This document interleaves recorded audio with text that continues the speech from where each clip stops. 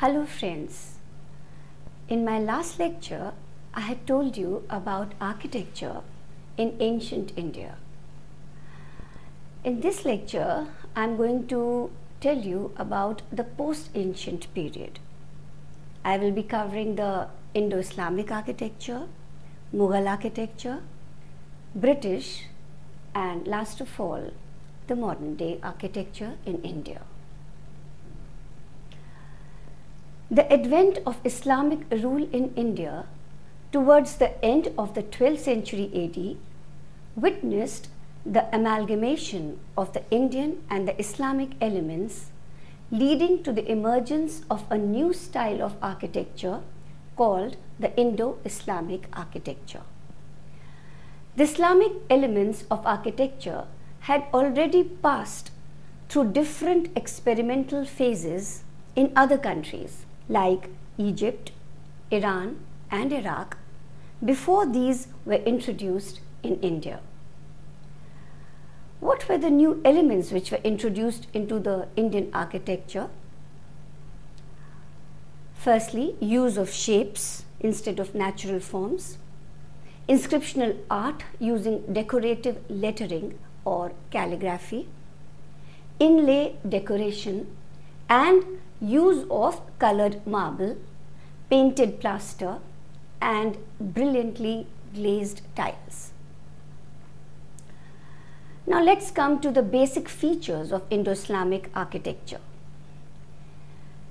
Indigenous Indian architecture was of the trabeate order, that is, all spaces were spanned by means of horizontal beams. The Islamic architecture was arcuate, that is, an arch or dome was adopted as a method of bridging a space. This concept was borrowed and perfected by Muslims from the architectural styles of the post-Roman period. Let me tell you, for the first time, mortar was used as a cementing agent. Muslims made use of scientific and mechanical formulae derived from other civilizations. This helped, firstly, in obtaining greater strength and stability of the construction materials, and secondly, provided greater flexibility to the architects and builders. Indo-Islamic architecture was greatly facilitated by knowledge and skill of Indian craftsmen in stonework. Islamic architecture in India is both religious and secular. In religious architecture, you can witness mosques and tombs. Palaces and forts are the secular Islamic architectures, and forts were essentially functional, complete with little township within the fortifications. Let me tell you about the Delhi style of architecture. The Delhi or the imperial style of Indo-Islamic architecture flourished between 1191 to 1557 AD. You may say the Sultanate period, comprising of the slave dynasty, the Khiljis, the Tughlaqs, Sayyids and Lodhis. So we'll start with the slave dynasty. Of course, you all know that the first ruler of slave dynasty was Qutubuddin Aibak, and he started erecting monumental buildings of stone on Kila Rai Pithora, the first of the 7 historical cities of Delhi associated with Prithviraj Chauhan. The Qutub Mosque, which he built in 1192 AD, or Quwwat-ul-Islam Masjid. The earliest mosque in India has arcaded aisles composed of pillars carved in the Hindu style. Aibak got a series of arches constructed to screen the Hindu pillars of the sanctuary because he wanted to cover them. Aibak also started the construction of the Qutub Minar to commemorate the entry of Islam into India. It was later completed by his successor Iltutmish. Another interesting monument which he constructed was Adhai Din Ka Jhopda, located beyond the Ajmer Dargah in Rajasthan, and later it was converted into a mosque in 1198 AD. After him came Shamsuddin Iltutmish. He extended the Quwwat-ul-Islam Masjid, built the tomb of his son Nasiruddin Muhammad, started his own tomb located in the Qutub Minar complex. Two other monuments near Delhi called the Hauz-e-Shamsi and Shamsi Idgah were built by him. The tomb of Balban, constructed in 1280 AD, represents the first true arch built in India, which is produced by following the scientific system originally formulated by the Roman engineers. Coming to the Khilji dynasty, nothing much about Jalaluddin, the first ruler. Alauddin Khilji established the second city of Delhi at Siri, built the Alai Darwaza, which served as a gateway to the mosque of the Qutub Minar complex.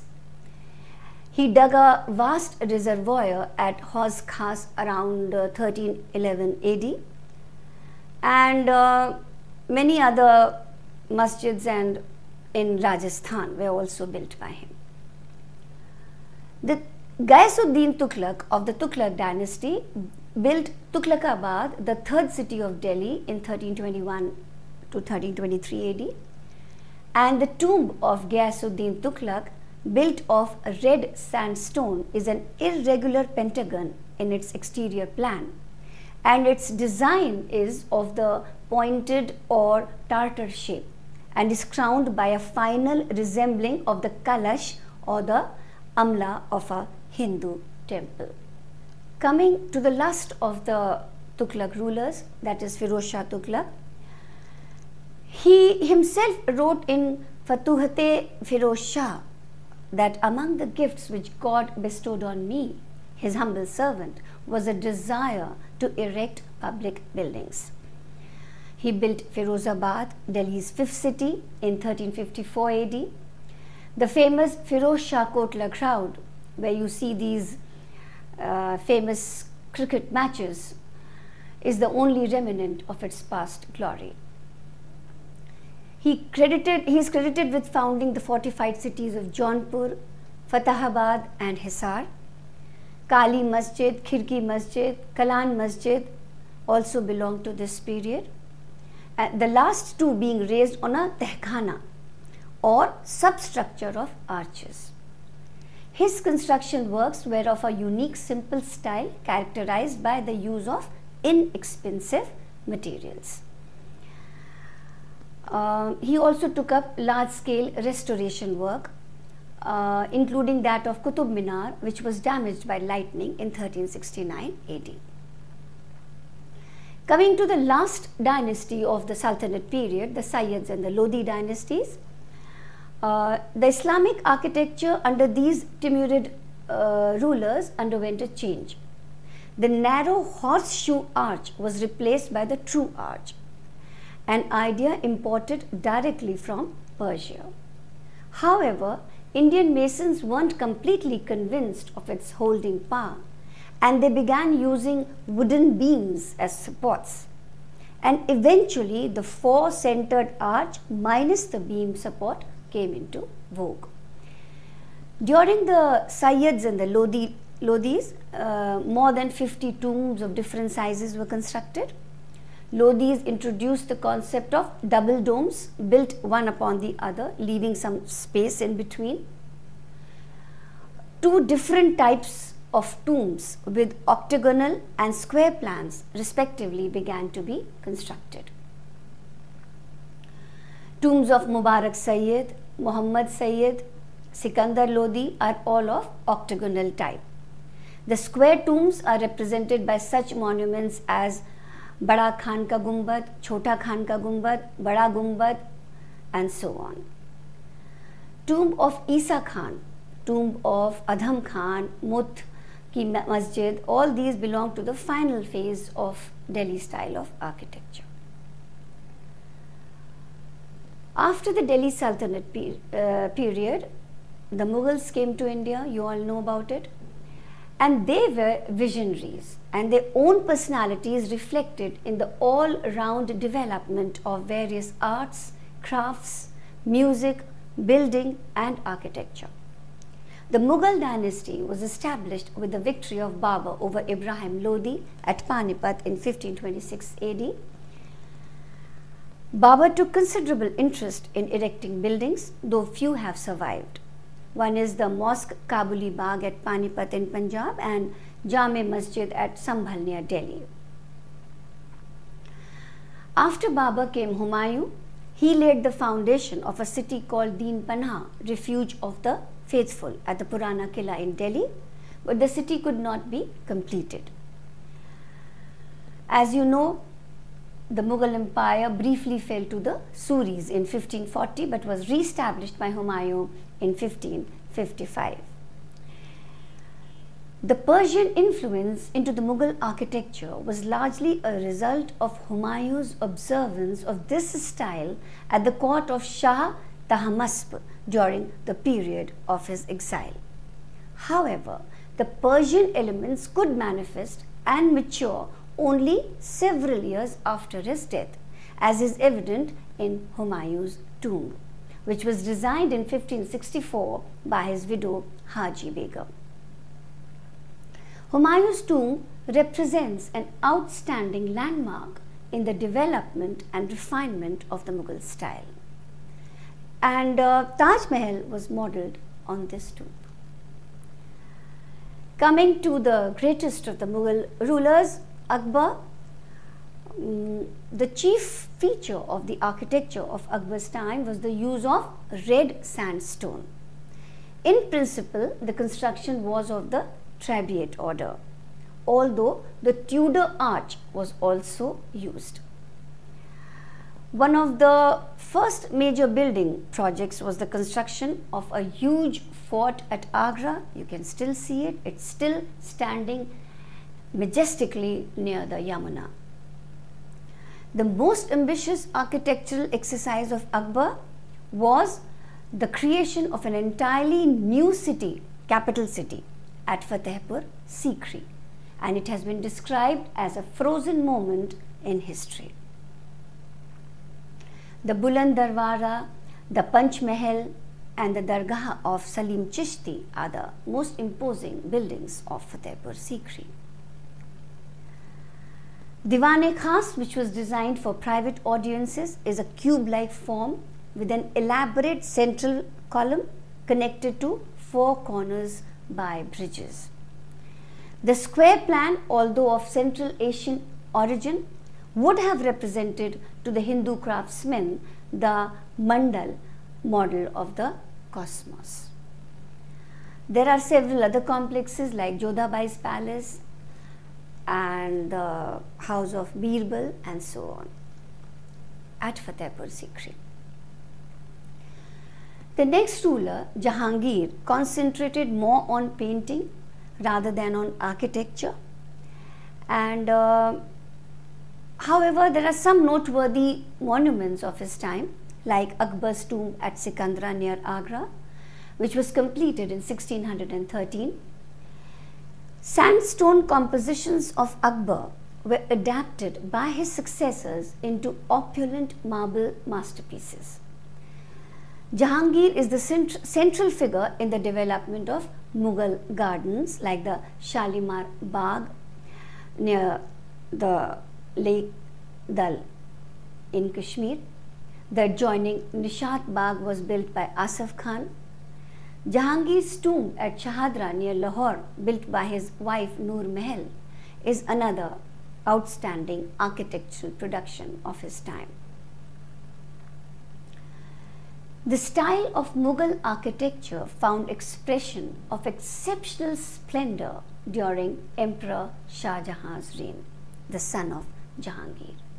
The single most important architectural change was the substitution of marble for the red sandstone. Shah Jahan demolished the austere sandstone structures of Akbar in the Red Fort and replaced them with marble buildings such as Diwan-e-Am and Diwan-e-Khas. In 1638, he began to lay the city of Shahjahanabad besides the river Yamuna. The Red Fort at Delhi was built by him. Outside the fort, he built the Jama Masjid, which is the largest mosque in India. Shah Jahan built the Jami Masjid at Agra in 1648 in honor of his daughter Jahara Begum. The Wazir Khan's mosque in Lahore, built in 1634, is another fine example of Mughal art during Shah Jahan's time. However, it is for the Taj Mahal as a memorial to his beloved wife Mumtaz Mahal that he is most often remembered. Monument for the beloved, the Taj Mahal. Here in Agra, northern India, stands the Taj Mahal with its towers rising toward heaven. Completed in 1654, its beauty was reputed to exceed that of paradise. Islamic style is embodied in the Taj Mahal. Building up stone symmetrically to construct beautiful stone arches is an amazing feat of architecture. The finest builders and artists worked to build the mausoleum to make it the pride of the Mughal Empire.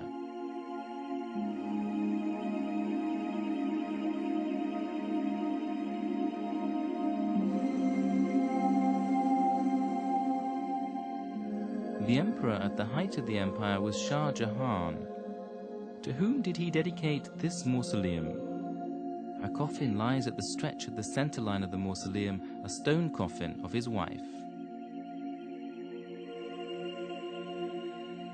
The empress's coffin was decorated with jasper and jade and is protected by the finely carved open work of marble fencing. The empress is expressed in these works. A grand garden stretches before the mausoleum complex with lush greenery and abundant water. For the Muslim people of the desert, they are symbols of heaven.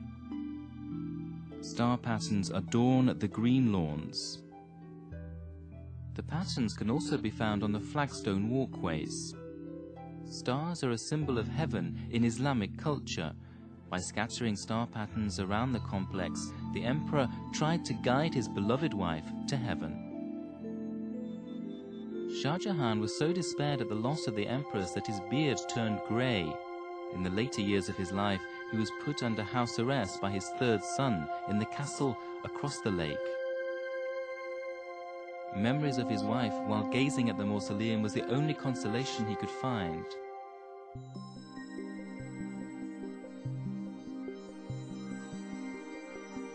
His body was buried next to his wife, Mumtaz Mahal, by the sixth emperor.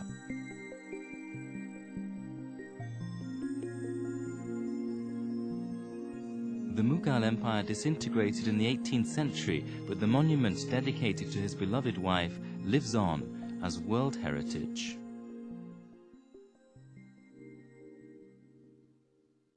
The high point of the Mughal architecture during Shah Jahan's time was the mellow marble, had subtle low relief carving, lace-like jalis, exquisite inlays, pietra dura and calligraphy.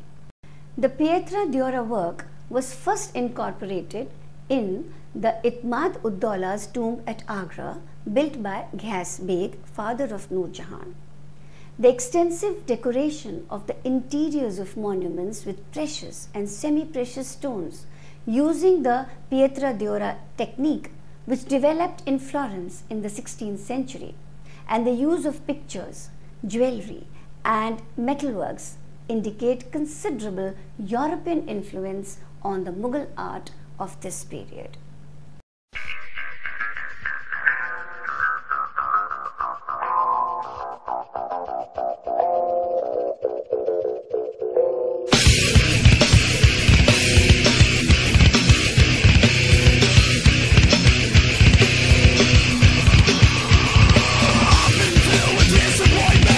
I've been filled with pain, I've been filled with anger.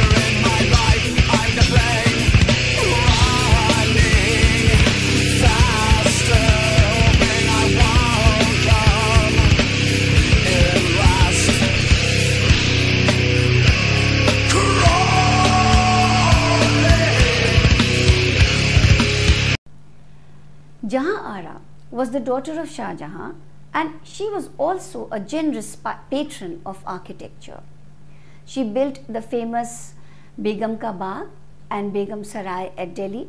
She also built her own tomb near the shrine of Dargah of Hazrat Nizamuddin. Coming to Aurangzeb, his architectural projects are represented by the Bibi Ka Maqbara, the tomb of Aurangzeb's wife Begum Rabia Durrani, which is a poor replica of Taj Mahal, and nothing much. The death of Aurangzeb in 1707 led to the decadence of Mughal architecture. His daughters contributed in a small way in carrying forward the Mughal trend of architecture, but nothing much to report.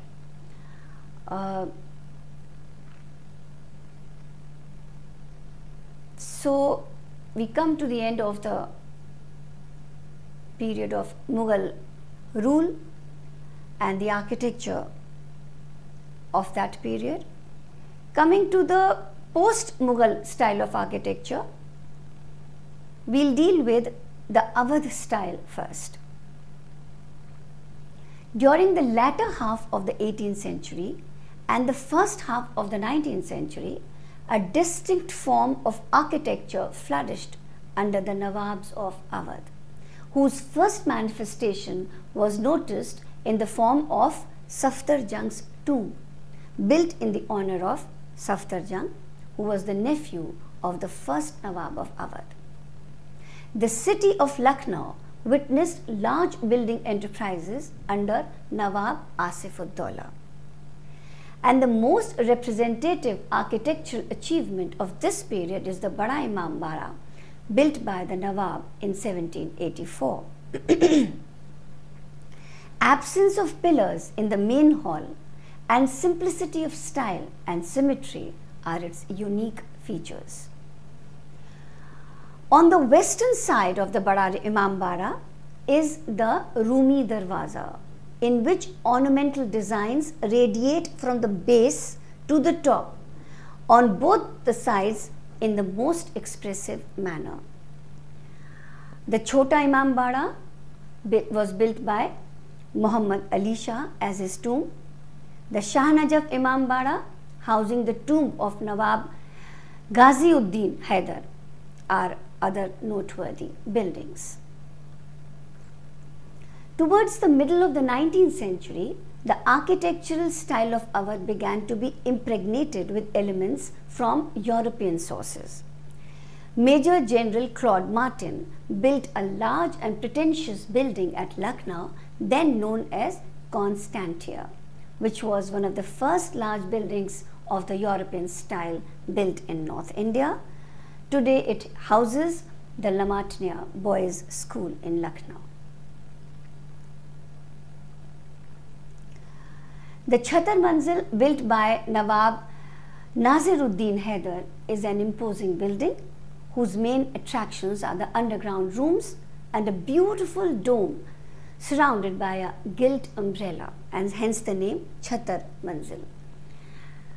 The Kaisar Bagh, built by Nawab Wazid Ali Shah between 1845 and 1850, is a quadrangular park with a baradari and yellow-colored buildings on three sides. The Roshanwali Kothi, Begum Kothi are other buildings where the Italian style is more prominent. Now we come to architectural style in Punjab. In Punjab, a distinct style of architecture developed under the influence of the Mughal style. It was characterized by certain indigenous features like the multiplicity of chhatris, use of fluted dome generally covered with copper or brass gilt, and enrichment of arches by numerous foliations.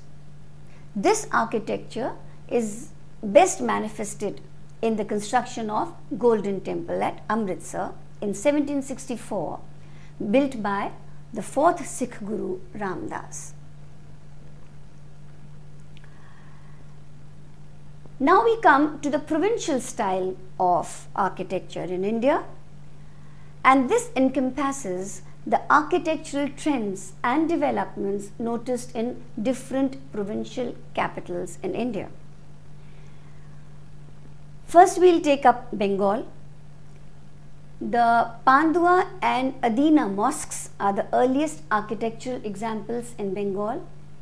The tomb of Akhi Surajuddin, the Kotwali Darwaza, the Dakhil Darwaza, and the tomb of Sultan Jalaluddin Muhammad Shah served as prototypes for the subsequent Islamic architecture of Bengal. Under the Shirki dynasty, Jaunpur became a great center of art, culture, and architectural activity. During the rule of Shamsuddin Ibrahim, several palaces, mosques, tombs, and other buildings came up, the most important being the Atala Masjid in 1378. Later, other important buildings were produced like Khalis Mukhlis Masjid, Jahangiri Masjid, Lal Darwaza Masjid, and so on. Let's come to Gujarat now. Gujarat witnessed significant architectural activity for over 250 years, starting from Muzaffar Shah's declaration of independence from Delhi and the formation of the Sultanate of Gujarat in 1307 AD until the conquest of Gujarat by the Mughal Emperor Akbar. The early phase of architecture belonging to the 14th century is represented by the tomb of Baba Farid and Adina Masjid at Patan, Jama Masjid of Bharuch, and so on. Under the rule of Ahmad Shahi and Mahmud I, different types of mosques, tombs, and gateways were built at Ahmedabad, Dholka, and Sarkhej. Let's take up Malwa now. The cities of Dhar and Mandu of the Malwa province provide examples of distinct architectural elements in the form of polychromatic ornamentation of buildings, which was obtained by the use of colored stones and marble, as well as by means of encaustic tiles. Earliest buildings of this period are Kamal Maula Masjid, Lat Masjid at Dhar, Dilwar Khan Masjid, Malik Mughi's Mosque at Mandu, and so on. The architectural activity took a new turn with the establishment of the capital at Mandu, especially under the rule of Hoshang Shah. Important buildings in Mandu are the Jahaz Mahal, Taveli Mahal, Dilwar Khan's Mosque, Hoshang Shah's tomb, etc. Mandu, or the city of joy, was associated with the romance of the poet Prince Baz Bahadur and Rani Roopmati. And the city has also many gateways like Delhi Darwaza, Rampol Darwaza, etc. Coming to the south, the architecture of Deccan is marked by its distinct originality and independence of style. It derives its elements from the architectural styles of the Sultan of Delhi and that of distant Persia. The earliest period of architectural development started in 1347 when Alauddin Bahman Shah constructed the Gulbarga fort and the Jami Masjid at Gulbarga. The second phase is represented by the architecture of Bidar, initiated by Ahmad Shah, which includes the Bidar fort, Mahmud Gawan's Madarsa, and Ali Barid's tomb. The tombs of 15th century built by Bahmani rulers of Bidar depict distinct Persian elements dexterously combined with those of Delhi style. Finally, the tombs of Qutub Shahi dynasties of the 16th and the 17th centuries show a fully developed bulbous or a Tartar dome. The Qutub Shahi and Nizam Shahi dynasties contributed greatly towards the development of the Deccan style of architecture. And the best architectural specimen is the Char Minar, built in 1591 by Muhammad Quli Qutub Shah. The Mecca Masjid, located near Charminar, is another architectural beauty, started by Abdullah Qutub Shah, completed in 1687 by Aurangzeb. The Golconda Fort, built by Muhammad Quli Qutub Shah in 1525, was an impregnable fort of great strategic importance. The Qutub Shahi tombs are a cluster of 6 magnificent tombs situated a kilometer north of Golconda's fort. The Falak Numa Palace, built in 1870 by Nawab Vikar ul Ulmara, the Prime Minister of Hyderabad, is a rare blend of Italian and Tudor architecture. The Adil Shahi dynasty of Bijapur constructed several mosques, tombs and palaces. The development of the dome reached its acme during their reign. They also borrowed some elements like the use of symbol of crescent from the Ottoman Empire. And the most important monument of this period is Gol Gumbaz, built by Muhammad Adil Shah. Bijapur is also famous for the Sat Manzil, Ibrahim Roza and Gagan Mahal.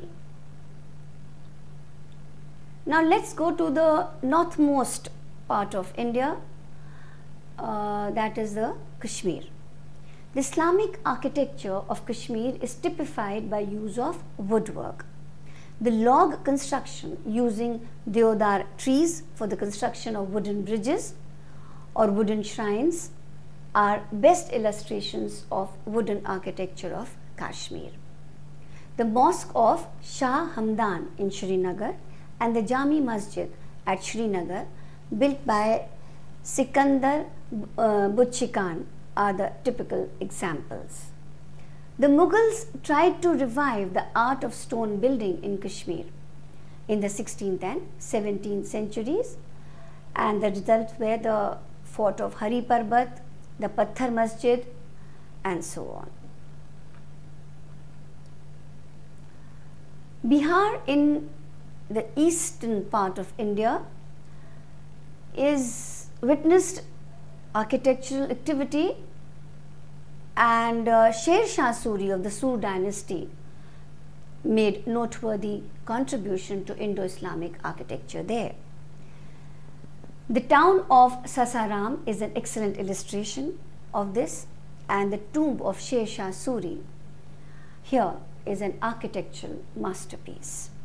Sher Shah's another great contribution was the completion of the 6th city of Delhi, called the Shergarh or Delhi Sher Shahi, around the Purana Killa area in the 1540s.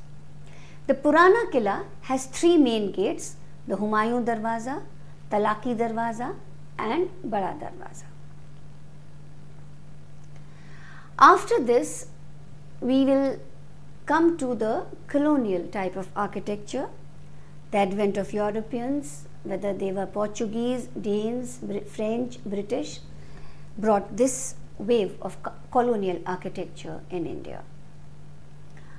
European colonists brought with them to India concepts of their worldview and a whole baggage of the history of European architecture: neoclassical, Romanesque, Gothic and Renaissance.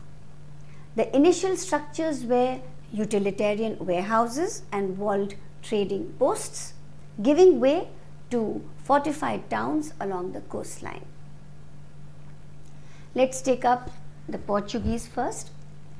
The Portuguese adapted to India climatically with appropriate Iberian galleried patio house and the Baroque churches of Goa, Say Cathedral and Arch of Conception of Goa, St. Francis Church at Cochin, Fort of Castella di Aguada near Mumbai, and added fortifications and structures to the Bassein Fort, which was built by Bahadur Shah, the Sultan of Gujarat, are examples of Portuguese architecture. Coming to the Danes, the Danish influence is evident in Nagapattinam, which was laid out in squares and canals, and also at Serampore. The French gave a distinct urban design to its settlement in Pondicherry by applying the Cartesian grid plans and classical architectural patterns. However, it was the British who left a lasting impact on Indian architecture. They saw themselves as the successors of the Mughals and used architecture as a symbol of power. The British followed various architectural styles: Gothic, Imperial, Christian, English Renaissance and Victorian. The first buildings which they built were factories, but later courts, schools, municipal halls and dak bungalows came up, which were ordinary structures built by garrison engineers. A deeper concern with architecture was exhibited in churches and other public buildings.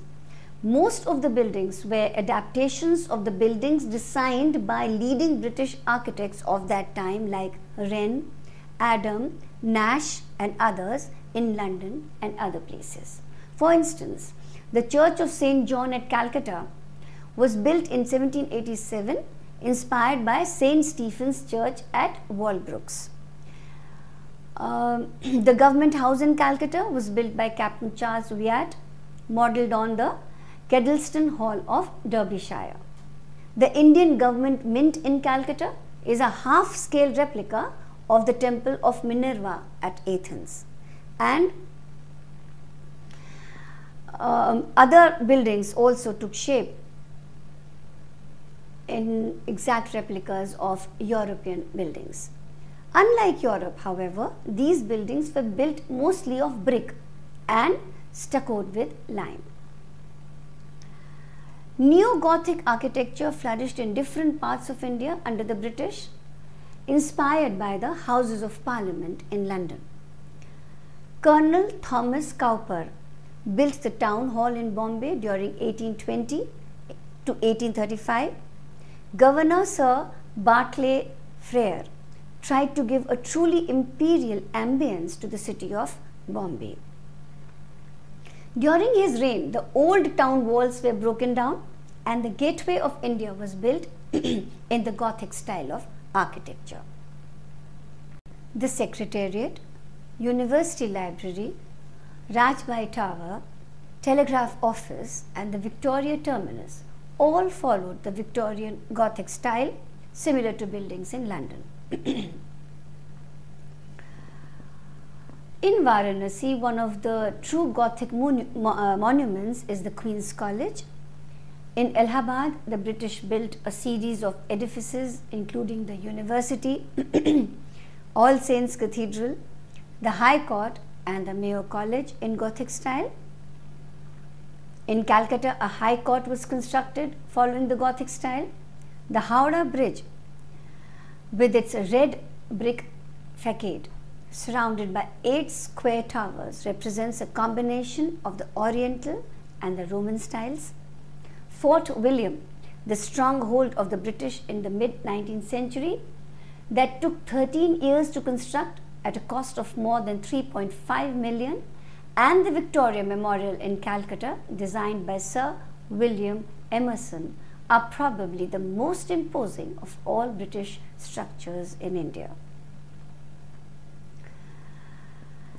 The passing of power from East India Company to the British Crown after the 1857 revolt, the rise of Indian nationalism and the introduction of railways were the watersheds in the British colonial Indian architectural history.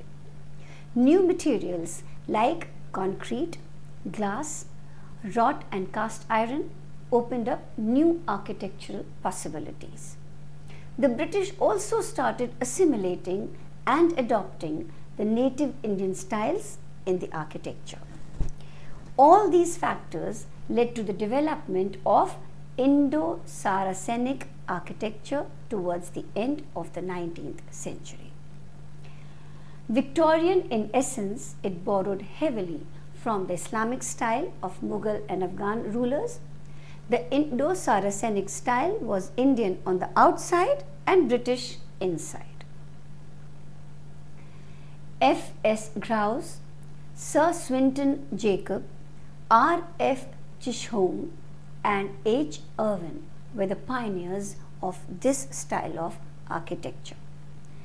The Cheapok Palace in Chennai, designed by Paul Benfield, Law Courts, Victoria Memorial Hall, Presidency College and Senate House of Chennai, Muir College at Allahabad, Napier Museum at Thiruvananthapuram, the Post Office, Prince of Wales Museum and the Gateway of India in Mumbai, the Maharaja's Palace at Mysore and MS University and Lakshmi Vilas Palace at Baroda are examples of Indo-Saracenic style of architecture.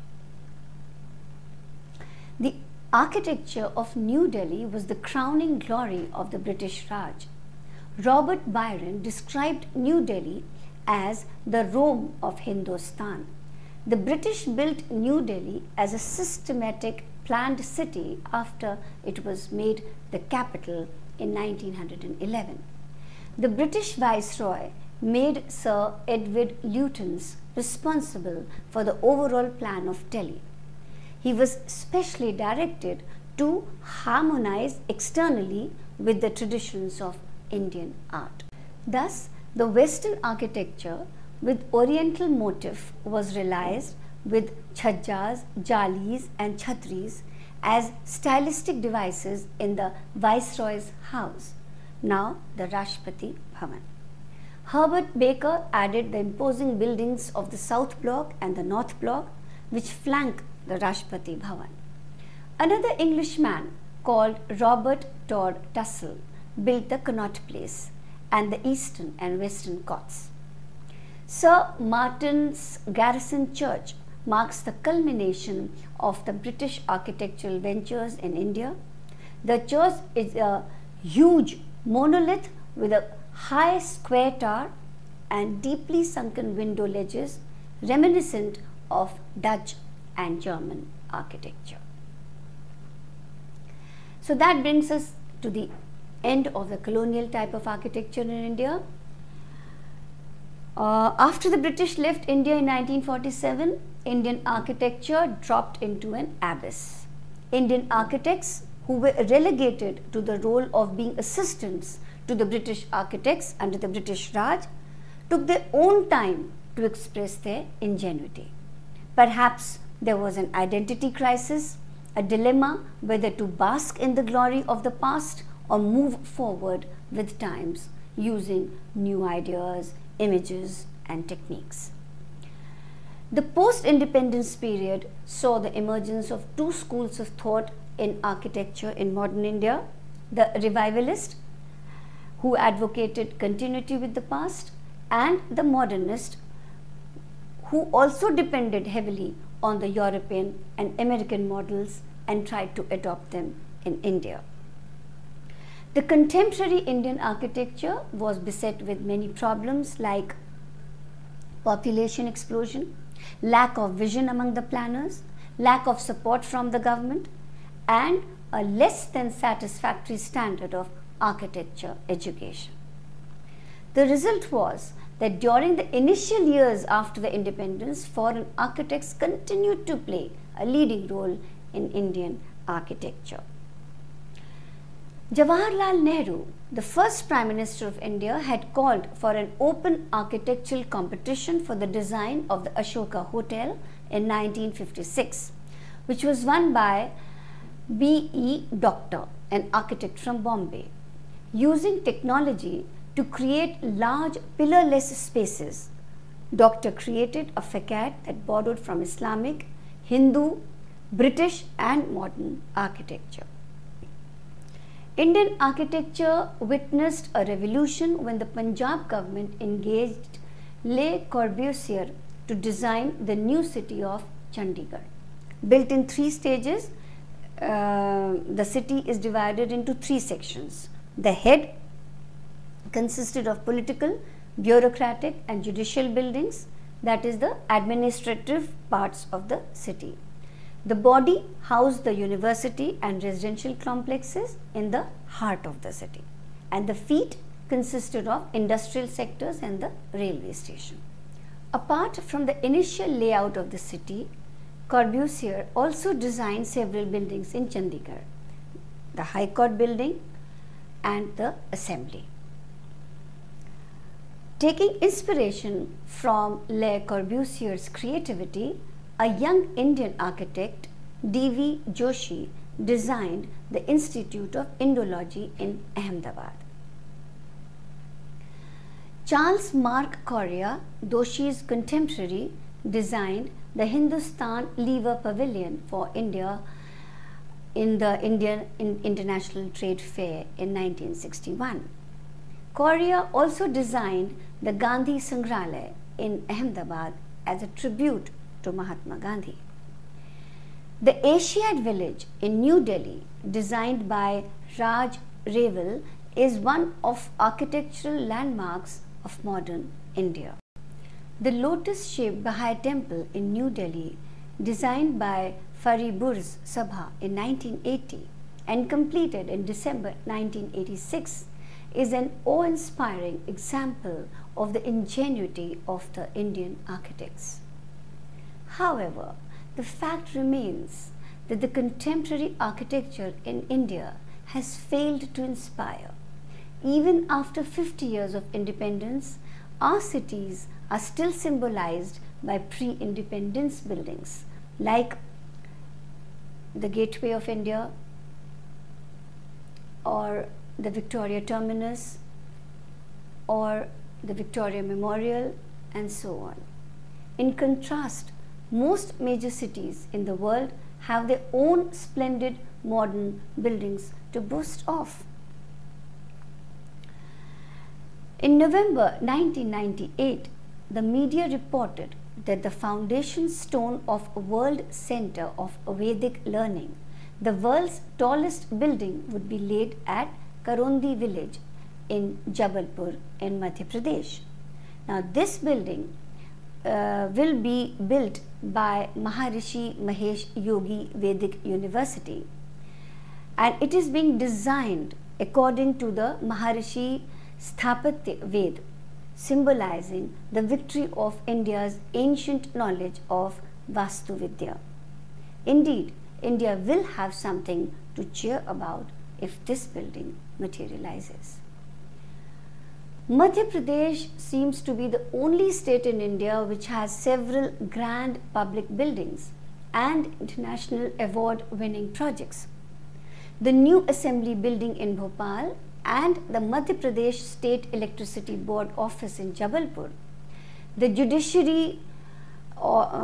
Judicial Academy in Bhopal, the Rajiv Gandhi Jal Grahan Mission in Raipur, and the proposed White House in Bhopal are some fascinating examples which show that global aesthetics is moving very fast into the smaller Indian cities.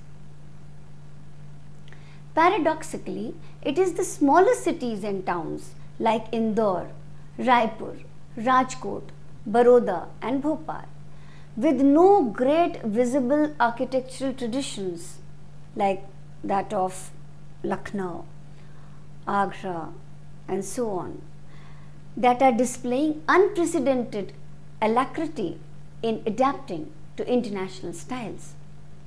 There is a growing brand of young and dynamic architects, which includes Charles Correa, Prashant Divakriti, Ajay Kataria, Anjum Gupta, Vineet Chadha, Nikhil Sompura and others who do not shy away from experimentation.